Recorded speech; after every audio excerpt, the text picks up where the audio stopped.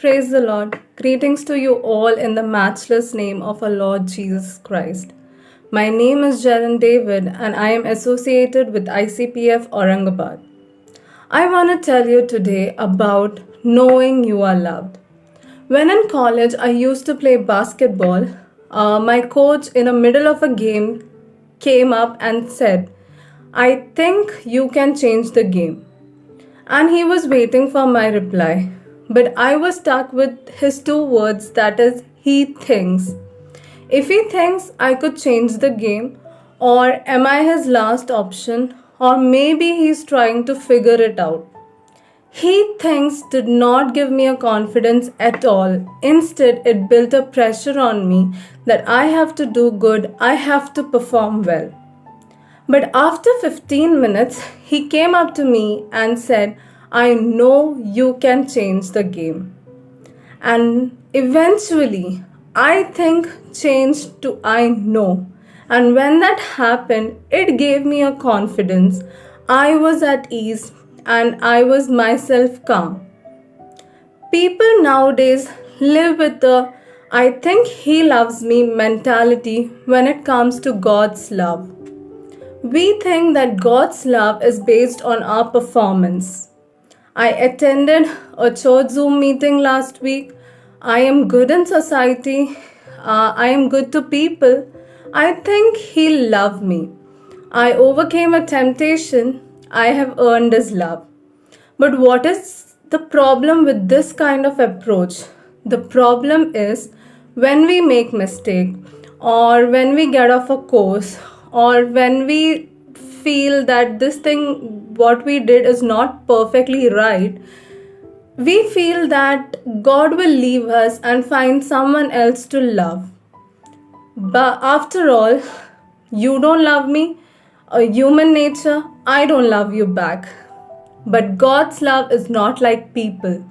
People will love you conditionally, but God's love is unconditional. You don't have to do anything extra to earn God's love. It's a blessing, just receive it by faith. Apostle Paul said, nothing can separate us from the love of God. You are a marked child. God has chosen you. God has put His love on you, and now you are permanently loved. I want to conclude this with a short story which I recently heard. In a complex, people were sleeping at night, and all of a sudden they could hear some strange noise. They tried to figure it out, but they could not get from where this noise was coming. The next day, the residents started to find again what was the reason of these strange noise. And that is when they came to know that a poor dog had got his head stuck into the pot. And he was running into obstacles because he could not see. The residents thought they'll help the dog to get relieved of it. But the dog thought that these residents might harm him. And because of this, he was running away from them.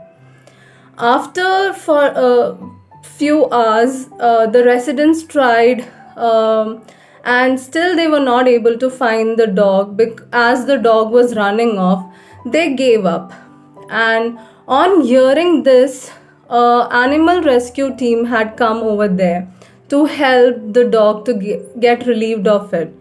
They tried throughout the day. Evening went off, night came, but they didn't give up. They were still trying. And finally, the next day, they could find this dog and help the dog get relieved of this spot. Now, friends, why do you think that the animal rescue team did not give up as the residents gave up? Was it because they have a lot of time to spend, or was it because the residents might have paid a good amount? No. The reason was because of the love and care which they have for animals. And just think of it, friends.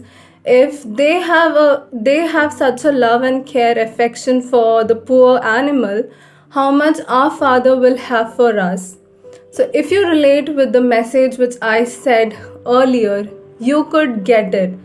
Till the time the dog was thinking the residents and the animal rescue team could harm him, he was running away. But when he was relieved, he knew that he is loved and he is cared. So, my dear friends, when you know that you are loved by God, you will live your life in confidence and security, and you will be what your God wanted you to be. Thank you.